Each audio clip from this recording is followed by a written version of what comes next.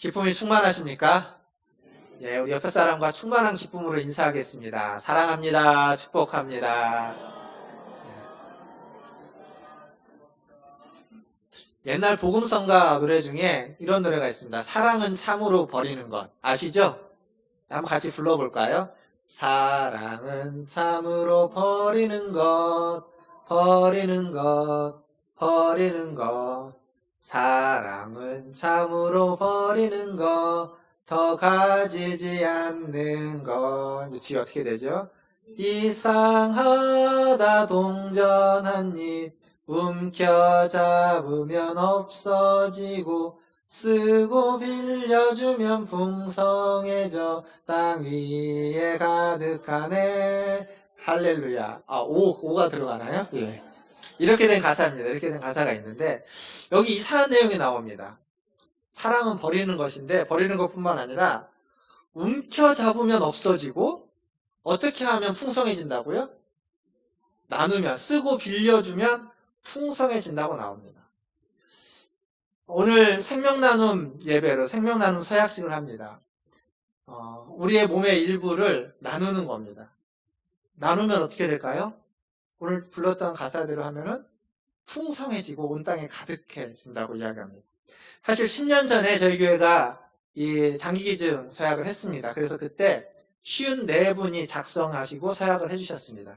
그 54분 중에 여기 계신 분들이 많이 계실 겁니다. 본인이 했는지 안 했는지 기억이 안 나시는 분도 계실 겁니다. 그래서 이렇게 10년 만에 한 번씩 다시 리마인드 시켜드리는 겁니다. 생명을 나눈다는 건 쉬운 일이 아닙니다. 어려운 일입니다.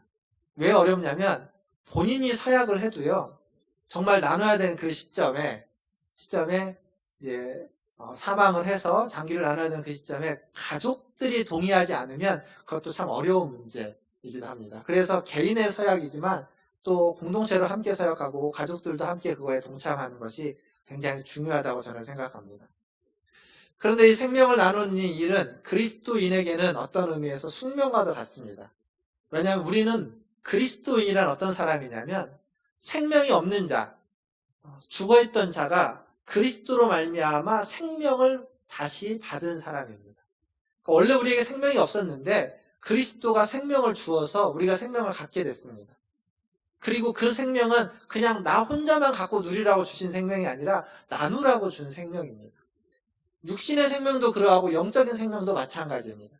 그래서 그리스도인에게 생명을 나눈다는 건 사명이고 숙명이다 라고까지 말할 수 있습니다. 사실 우리가 살고 있는 시대는 자꾸 움켜잡고 놓지 않으려고 하는 시대에 살고 있습니다. 자꾸 쌓아둔 걸 과시하려고 하는 시대에 우리는 살고 있습니다. 그러나 그리스도인은 이러한 시대에 과시하지 않고 움켜잡지 않고 나누는 사람, 사랑으로 나누는 사람, 그게 바로 그리스도인입니다. 요한 1서는 사도 요한이 쓴 편지입니다. 사도 요한은 사랑의 사도다라고 얘기되고 있습니다. 요한 복음도 그렇고 요한 1, 2, 3서도 사랑에 대해서 사랑의 흔적이 굉장히 많이 묻어나는 편지입니다.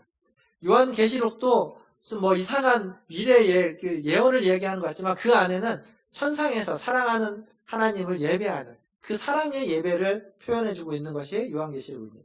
그만큼 요한이 썼던 모든 편지와 모든 서신들은 다 사랑이 묻어나고 있습니다. 오늘 우리가 읽었던 요한 1서도 마찬가지입니다. 근데 오늘 읽은 부분에 그 사랑을 담고 쓴 편지의 목적이 또 기술된 부분이 있습니다.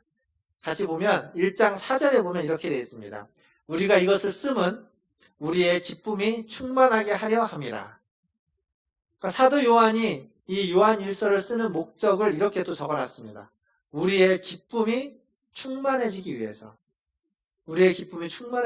이 편지를 쓰고 있습니다. 충만이라는 단어는 교회에서 굉장히 많이 쓰는 용어죠. 어떨 때 많이 쓰죠? 가장 대표적으로 무슨 충만을 이야기합니까? 성령 충만. 네, 맞습니다.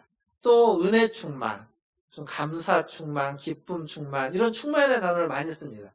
근데 충만이 무슨 뜻일까요? 가득 찬다는 거죠. 충만이 가득 찼다는 뜻입니다. 그러니까 충만을 이야기할 때 우리는 보통 뭔가가 가득 차 있는 것을 가장 먼저 떠올립니다. 차고 넘치는 것, 풍성한 것을 떠올립니다. 그런데 성경이 말하고 있는 충만은 그러한 양적인 면보다 더 중요한 면이 하나 있습니다. 양보다 더 중요한 어떤 질적인 면이라고 말할 수 있는데, 그건 뭐냐면 충만은 어떠한 힘과 능력을 의미하는 표현입니다.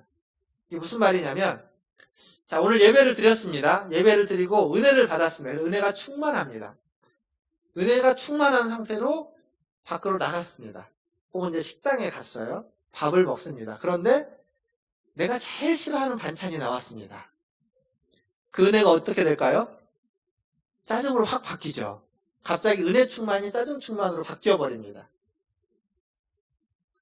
예배를 잘 드리고 은혜가 충만하고 기쁨이 충만한 상태로 나가는데, 주차장에 가서 주차를 해야 되는데 내 차를 막고 있는 사람이 전화를 해도 안 나옵니다. 짜증나죠. 기쁨이 사라져버립니다. 이런 건 충만한 게 아닙니다. 이런 건 충만한 것 같죠. 지금 가득 있는 것 같은데 어떤 환경과 상황이 바뀌면 싹 사라져버리는 거.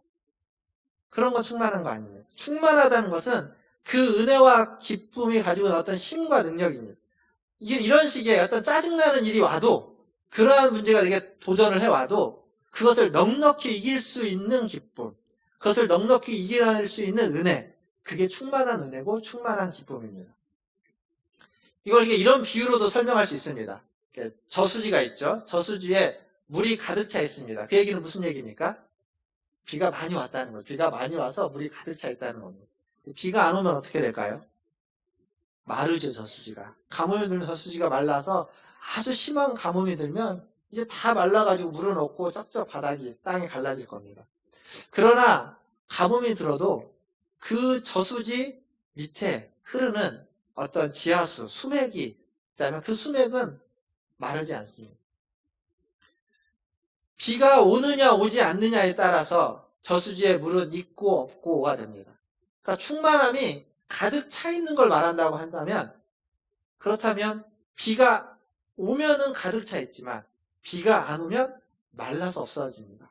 즉 상황에 따라서, 환경에 따라서 충만함이 있기도 하고 충만함이 없기도 하는, 강팍함이만 남는, 쩍쩍 갈라지는 것만 남는 상황이 되기도 하는 겁니다.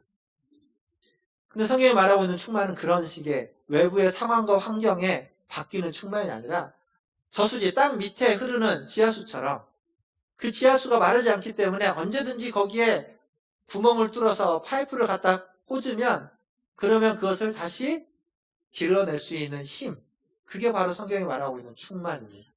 그래서 충만한 기쁨이 있다는 건 내 상황이, 기뻐할 수 있는 상황이 있다라는 의미가 아니라, 그래서 기쁨이 가득 차 있다라는 의미가 아니라, 상황이 별로 좋지 않음에도 불구하고, 여전히 짜증스러운 일이 내게 부딪히고 힘든 일이 내게 있음에도 불구하고, 그래서 힘들고 짜증이 나지만, 그렇지만 그 힘들과 짜증을 이겨낼 수 있는 은혜와 기쁨을 우리 안에 있는, 우리에게 바닥 깊은 곳에 있는 예수 그리스도의 기쁨과 은혜를 끌어올려내는 것, 끌어올려서 기뻐하고 은혜로 충만할 수 있는 것, 그 힘, 그 능력, 그게 바로 충만한 은혜이고 충만한 기쁨입니다.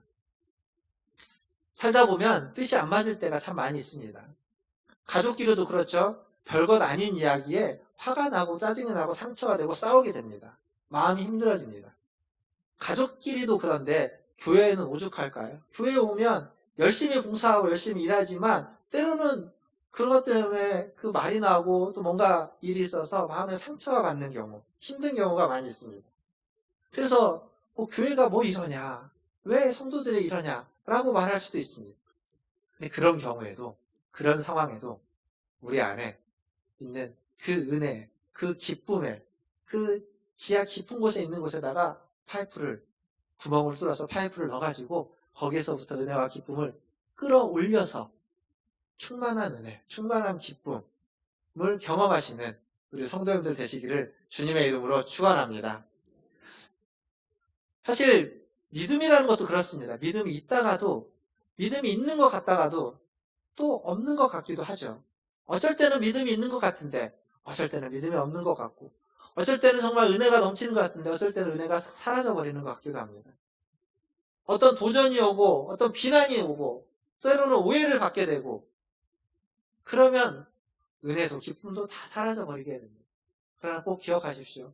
우리 안에는 주님이 주신 기쁨이 있습니다. 우리 안에는 주님이신 은혜가 있습니다. 그것이 깊은 곳에 들어가 있다면 거기에 구멍을 뚫고 파이프를 내려서 거기서부터 그 은혜와 기쁨을 끌어올리는 그 힘과 같은 충만함이 여러분에게 있기를 다시 한번 주님의 이름으로 축원드립니다. 이런 충만, 이런 기쁨, 이런 충만한 기쁨과 충만한 은혜를 받고 싶지 않으십니까? 갖고 싶죠? 아닌가요? 갖고 싶을 거라고 생각합니다. 어떻게 하면 가질 수 있을까요? 오늘 우리가 읽었던 요한 1서 1장 1절에서 3절까지에는 이 방법, 가질 수 있는 방법, 누릴 수 있는 방법에 대해서 세 가지를 이야기합니다. 그 세 가지를 좀 간략하게 설명해 보려고 합니다. 첫 번째로는 1절부터 4절까지 말씀을 한번 다시 보시면 여기에 우리라는 말이 굉장히 많이 나옵니다. 몇 번 정도 나오죠? 세어보십시오. 우리라는 말이 몇 번 정도 나오는지.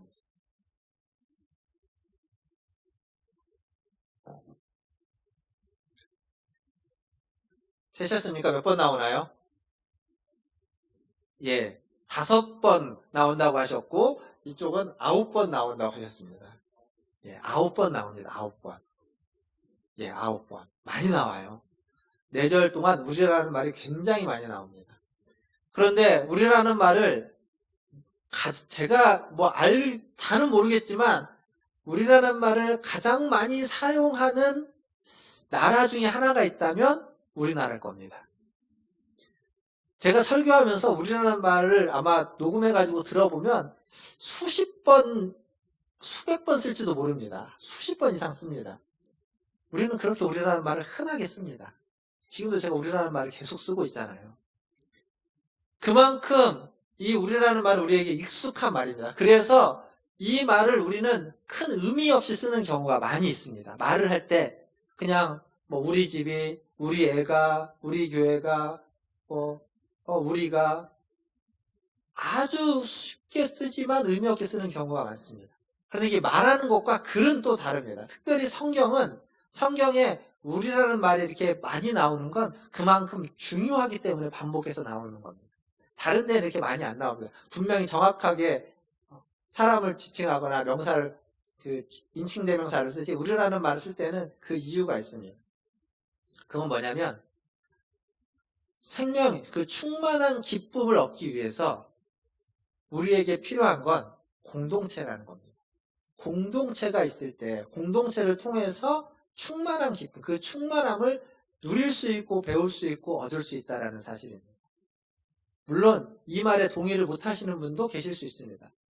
왜냐하면 공동체가 사실은 굉장히 어렵기 때문에 그렇죠. 공동체를 통해서 상처받거나 아픔을 얻거나 또 절망을 하는 분들도 있습니다. 공동체를 열심히 섬기다가 실망을 하고 또 오해를 받고, 그래서 굳이 공동체를 열심히 섬길 필요가 없고 이제는 그냥 조용히 신앙생활, 교회 생활도 조용히 하는 게 좋겠다라고 생각하시는 분들도 많이 있습니다. 그 생각이 좀 더 발전해 가면은 교회를 떠나서 신앙생활을 하는, 보통 가나안 교인이라고 이야기하는, 교회를 떠나서 나는 신앙생활 하나님만 믿겠다라고 하는 분들도 계십니다. 우리 교회는 어떨까요? 우리 교회도 예외는 아니에요. 우리 교회 성도님들이 가끔 하시는 말씀 듣다 보면 그런 표현을 많이 하십니다. 이렇게 말이 많으니까 말 조심해야 된다. 말 안 나오게 조용조용 조심해야 된다. 이건 굉장히 좋은 말입니다. 조심해야 된다는 건 아주 좋은 말입니다.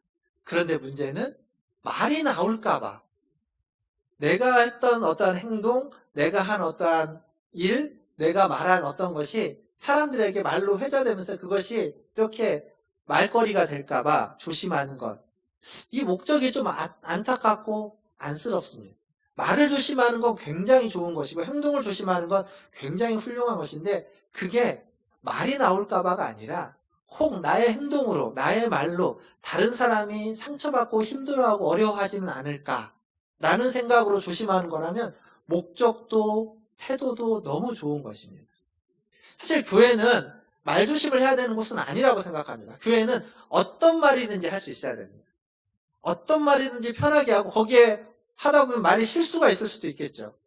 근데 그 실수를 교회라는 공동체는 우리 다 실수하니까, 우리 다 똑같이 실수하고 잘못하기도 하고 의도치 않았지만 사람에게 상처를 주기도 하니까 그 상처 주는 말, 그걸 실수한 그 사람을 우리 중에 한 사람이잖아요. 나도 그와 똑같은 한 사람이고 그 사람도 우리 중에 한 사람이니까 그 사람을 끌어안을 수 있는, 그냥 용납해 줄 수 있는, 편하게 말할 수 있는, 그리고 그 말을 다른 사람에게 절대 옮기지 않고 그 사람이 혹 실수를 했다면 그 실수를 감싸주고 다른 사람에게 옮기지 않는 공동체. 그게 교회이고 그게 좋은 공동체고 그게 아름다운 공동체라고 생각합니다. 우리 중에 하나가 실수했기 때문에, 어쩌면 내가 그렇게 할 수 있기 때문에, 내가 그런 실수를 했을 때, 나는 의도치 않았지만 그런 실수를 했을 때 다른 사람이 반응해 주길 원하는 그러한 모습으로 반응하는 것. 우리 한 사람 한 사람이 그렇게 한다면 우리 공동체는 정말 아름다운 공동체. 그 어느 누구가 와서 어떤 모난 사람이 하고 어떤 부족한 사람이 와도 그래도 다 품어 안아주고 사랑해주고 섬겨줄 수 있는 그런 공동체가 될 겁니다. 뜻이 맞는 건 참 어렵습니다. 뜻을 맞춰가야 되지만 그건 참 어려운 일이고 쉬운 일이 아닙니다. 근데 공동체이고 우리라면 그 노력을 끊임없이 해야만 합니다. 그 노력을 당신이 하라가 아니라 내가 하라는 겁니다. 저 사람이 뜻을 맞추기 위해서 바꾸는 것이 아니라 내가 뜻을 맞추기 위해서 바꿔야 되고 내가 뜻을 맞추기 위해서 조심해야 되고 내가 그 수고를 하는 공동체. 그게 아름다운 공동체이고 그게 좋은 공동체입니다. 시간이 걸리고 때로는 아프고 잘 안 될지도 모릅니다. 잘 안 돼도 견디고 가야 되는 거죠. 장기 기증이라는 거, 장기를 이식한다는 건 이와 같습니다. 장기가 내 몸에 안 좋은 장기를 떼어내고 좋은 장기를 내 몸에 이식하면 그게 바로 내 장기가 될까요? 안 그렇습니다. 하나가 되는, 적응하는 과정이 필요합니다. 적응이 잘 될 수도 있고 적응이 잘 안 돼서 부적응하게 되면 그걸 다시 떼어놔야 되는 상황이 발생할 수도 있습니다. 그 과정은 굉장히 힘들고 어렵고 오랜 과정입니다. 그러나 그 과정을 거칠 때, 그 과정을 잘 지날 때 비로소 하나가 되는 겁니다. 나의 장기가 되는 거죠. 마찬가지입니다. 우리도. 교회의 성도들이 하나가 된다? 얼마나 어려운 일인지 모릅니다.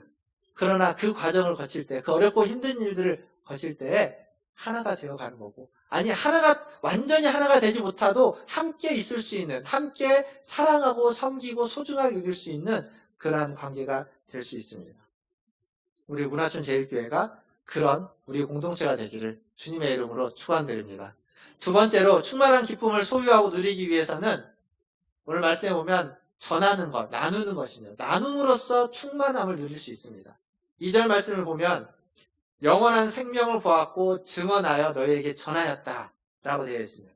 3절에 보면 보고 들은 말을 너희에게 전하였다 라고 되어 있습니다. 전하는 것, 나누는 겁니다. 그러면 충만한 기쁨을 소유할 수 있습니다. 사실 전하지 않고 나누지 않는 진리는 진리라고 말할 수 없습니다.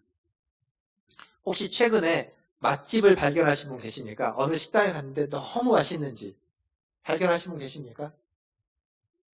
없으십니까?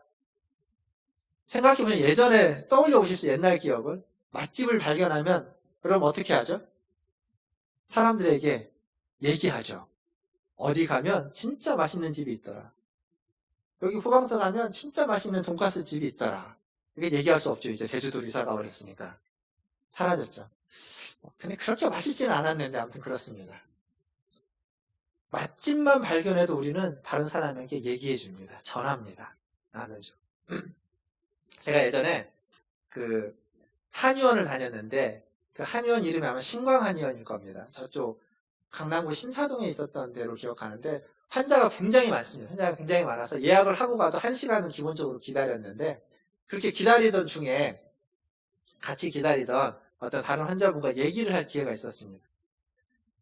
그분은요, 딱 봐도요, 아토피입니다. 아토피가 너무 심해서 그냥 보기만 해도 이렇게 팔이나 이런 데 접혀지는 부분에 아토피 흔적들이 얼굴을 포함해서 아주 보입니다. 아주 심한 아토피 환자였습니다. 근데 그분이 뭐라고 말하냐면 자기가 어려서부터 아토피 때문에 안 해본 게 없답니다. 어려서부터 초등학교 들어가기 전부터 병원이라는 병원은 다 다녀보고 좋다는 것은 다 해보고 이렇게 산에 들어가서도 살아보고 뭐 별걸 다 했는데 안 나았대요. 근데 그 한의원에 와서 침을 이렇게 좀 맞았는데 너무 좋았어요. 지금은 엄청나게 좋아져서 이제 편히 살 수 있다고. 지금도 제가 보기에는 굉장히 심했는데 그건 굉장히 좋아진 거라고 얘기를 하시더라고요. 근데 그분이 마지막에 그런 말씀 하셨습니다. 자기는 밖에 나가가지고 돌아다니면서 사람들한테 얘기해주고 싶다고. 여기 가면 아토피, 자기처럼 심한 사람 나을 수 있다고 얘기해주고 싶다고. 그랬습니다.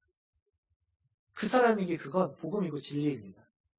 얘기해주고 싶은 겁니다. 전하고 나누지 않는 진리는, 복음은, 믿음은 진리이거나 복음이거나 믿음이 아닐지도 모릅니다. 우리는 우리가 받은 생명, 우리가 그 생명을 받았고 그 생명이 진짜 죽었던 나를 살린 생명이라면 그 생명을 얘기 안 할 수 없습니다. 말하지 않을 수 없을 겁니다. 물론 잠시 쉴 수도 있죠. 하지만 그 생명을 얘기해야만 하고 그럴 때 그 생명이 또 우리에게 더 큰 생명이 될 겁니다. 이 한의원이요, 여기 가까운 데도 있습니다. NC백화점 15층에 가면 있더라고요. 관심 있는 분들은 가보시면. 어쨌거나 전하지 않는 생명은, 나누지 않는 진리는 진리가 아닙니다. 생명이 아닙니다. 그리고 나눔과 전함으로써 그 생명은 놀라운 능력을 나타내고 힘을 나타냅니다. 마지막 세 번째로 어떻게 하면 충만한 기쁨을 누리게 되는가? 그것은 3절 말씀에 나와 있습니다. 3절을 한번 같이 읽어보도록 하겠습니다. 요한일서 1장 3절 같이 읽겠습니다. 우리가 보고 들은 바를 너희에게도 전함은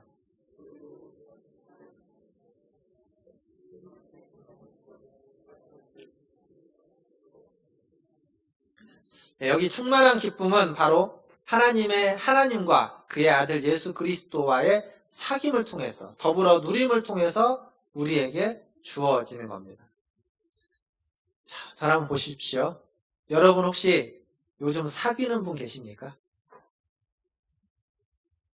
이게 여러분들에게 던진 질문이 약간 안 맞다고 생각을 하시죠. 사귄다는 표현을 우리는 주로 젊은 사람들, 우리 애들이 누군가를 사귈 때 쓰는 표현입니다. 나이가 들어갖고 누굴 사귀냐 이런 생각을 하실 수 있습니다. 그러나 사귐이라는 건 그리스도인의 본질 같은 겁니다. 그리스도인은 하나님과 사귀는 사람입니다.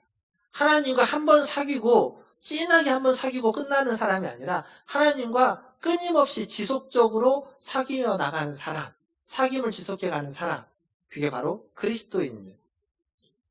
그러니까 사귐에 대해서 아는 사람입니다. 그리고 끊임없이 사귀어야 되는 사람입니다. 사귄다는 건, 자, 보세요. 내가 누군가를 사귀입니다. 내가, 우리 지휘자님 계시는데, 이 지휘자님을 저하고 사귄다고 생각해 보세요. 제가 지휘자님을 너무 좋아합니다. 저에게 없는 걸 다 가지고 있지 않습니까? 좋은 목소리, 좋은 풍채, 좋은 성품, 멋진 얼굴 다 갖고 있습니다. 너무 좋아하고 너무 잘합니다. 사귀입니다. 근데 지휘자님 절 모릅니다. 이 사귀는 건가요? 아닌가요? 이런 걸 사귄다고 말하지 않습니다. 이건 짝사랑입니다. 그냥 혼자 흠모하고 좋아하는 것 뿐입니다. 사귀는 건 내가 저 사람을 알고 저 사람을 믿고 신뢰하고 좋아하는 만큼 상대방도 나를 좋아하고 믿고 사랑하고 신뢰하는 겁니다. 그게 사귀는 겁니다. 하나님과 우리가 사귄다라는 것도 똑같습니다. 여러분 하나님 사랑하십니까? 하나님 믿으십니까? 하나님 신뢰하십니까? 하나님은 여러분을 신뢰하실까요? 왜 아멘을 못하십니까? 하나님과 안 사귀십니까? 제가 25년 전이네요. 94년도 12월, 제 기억으로는 10일 정도 됐는데, 그때 이제, 예수전도단에 대해서 제2기 예배학교라는 걸 했어요. 3박 4일 동안의 예배학교를 저 부천에 있는 역곡에 있는 소망의 집이라는 데서 했을 때입니다. 제가 이제 군대 갔다 와서 제대하고 거기를 갔습니다. 거기를 가서 3박 4일 동안 예배학교 참여해서 뭐 아주 좋은 시간, 아주 은혜로운 시간을 보내고 맨 마지막 날 토요일이었는데 토요일 날 오전에 마칠 때 마지막 폐회 예배라고 하죠. 폐회 예배를 드리는 때입니다. 찬양하고 말씀도 다 듣고 기도하고 이제 마지막으로 서로 왔던 한 100여 명의 사람들에게 서로 이제 격려해주면서 돌아다니면서 격려해줄 때 축복의 말을 해줄 때 한 형제가 저한테 와서 이런 말을 했습니다. 축복해주면서 하나님이 형제님을 신뢰하십니다. 라고 하고 갔습니다. 그 형제가 누군지도 모릅니다. 얼굴도 기억 안 나고 하나도 기억 안 나는데 그 형제는 갔습니다. 그런데 갔는데 그 말이 제 앞에 남아 있었습니다. 하나님이 형제님을 신뢰하십니다. 이거 뭔가 이상하다는 거죠. 내가 하나님을 믿고 신뢰하지 하나님이 나를 믿고 신뢰한다? 그때까지 생각해 본 적이 없었습니다. 별로. 근데 그 말이 저에게 굉장히 큰 도전이 되고 은혜가 됐습니다. 우리가 하나님을 믿고 신뢰합니다. 사랑합니다. 우리의 믿음과 신뢰와 사랑이 클까요? 아니면 나를 믿고 신뢰하고 사랑하는 하나님의 믿음과 신뢰와 사랑이 더 클까요? 그렇죠. 하나님의 믿음과 사랑과 신뢰가 더 클 겁니다. 그게 있기에 어쩌면 우리는 하나님을 믿고 신뢰하고 사랑할 수 있을 겁니다. 우리의 믿음과 신뢰와 사랑은 언제 흔들릴지 모릅니다. 어떠한 일이 생기면 어떤 환경이 바뀌고 도전이 오면 그냥 쉽게 무너져 버리고 쉽게 사라져 버립니다. 그러나 하나님은 그런 분이 아니시죠. 저에게는 그 질문이 끊임없이 반복된 질문이었습니다. 내가 이상할 때, 내가 믿을만 하지 못할 때, 내가 나를 볼 때 이건 아닌데 라고 생각할 때 하나님 지금도 저를 신뢰하십니까? 라고 질문했습니다.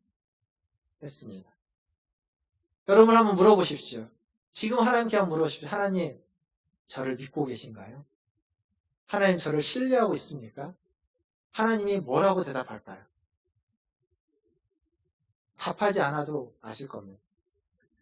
여기에 우리가 그 모든 상황을 넉넉히 이길 수 있는 충만함이 있습니다.